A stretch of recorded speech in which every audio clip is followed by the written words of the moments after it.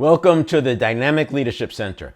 If you're a small business owner, dynamic leadership is an exciting opportunity for you. And when I say small business, I'm talking about companies that are up to about 400 employees and or around $50 million in revenue.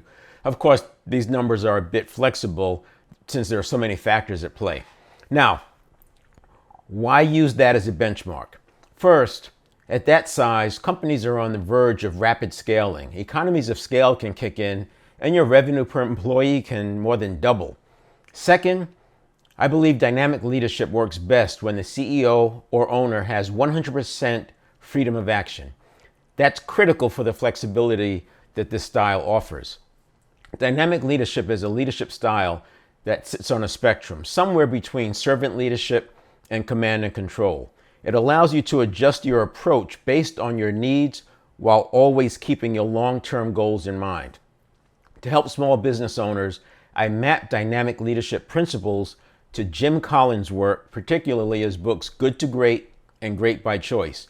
These books offer well-vetted and proven principles that small business leaders can trust and use without second guessing. Now, if you're familiar with these books, you'll know something about the leaders behind the companies that made the leap from good to great. What's remarkable is how they maintained above average performance for over 15 years straight. Great by Choice highlights the companies that also held strong through the 2008 financial crisis, which saw businesses closing overnight, including some of the ones that had made the cut to good to great. It's a very useful comparison and study, and it's principle based because of the way Jim Collins' team did the research. Now, these leaders all had a few things in common. They operated with a long-term vision, one that was usually bigger than themselves. They didn't prioritize short-term quarterly results just to satisfy market pressures. In my own career, I've seen a lot. As an ex-Army officer, including command over atomic munitions and completing Ranger training, I've witnessed command and control from different perspectives.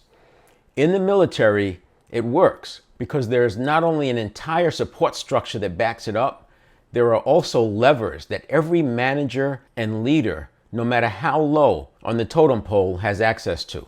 A disciplinary system that scales up to essentially putting people in jail, but with many, many steps in between for a person to correct their ways.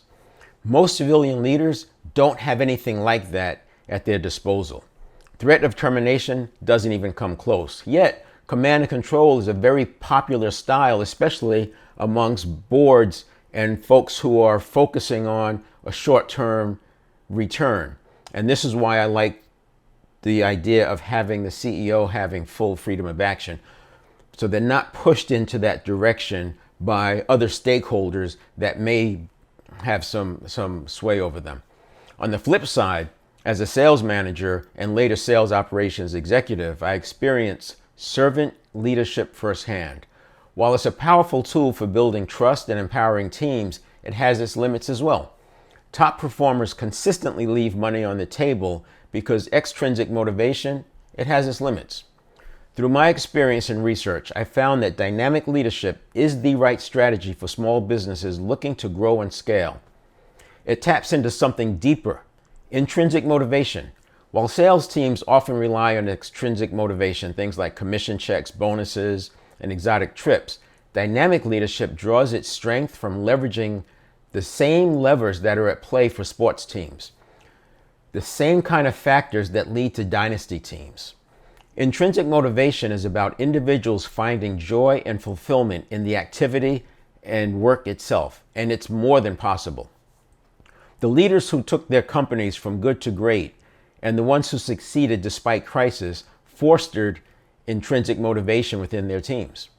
In the Dynamic Leadership webinar, I unpack the skills and actions you can take to bring this style into your business. I also introduce the building blocks that make it easy to teach dynamic leadership as well as delegate the dynamic leadership process to your teams, enabling them to delegate responsibilities with confidence, and scale your leadership style as your business grows. In addition to the webinar, I'm also introducing a workshop curriculum where your leaders can get hands-on experience and start operationalizing dynamic leadership in your organization. You will walk away with the beginning of a playbook that your entire leadership team can start to follow. ensuring consistency and alignment as you grow. You can access that Dynamic Leadership webinar using the link that accompanies this video, as well as dates for upcoming workshops and other opportunities to build dynamic leadership in your organization. We'll see you on the other side.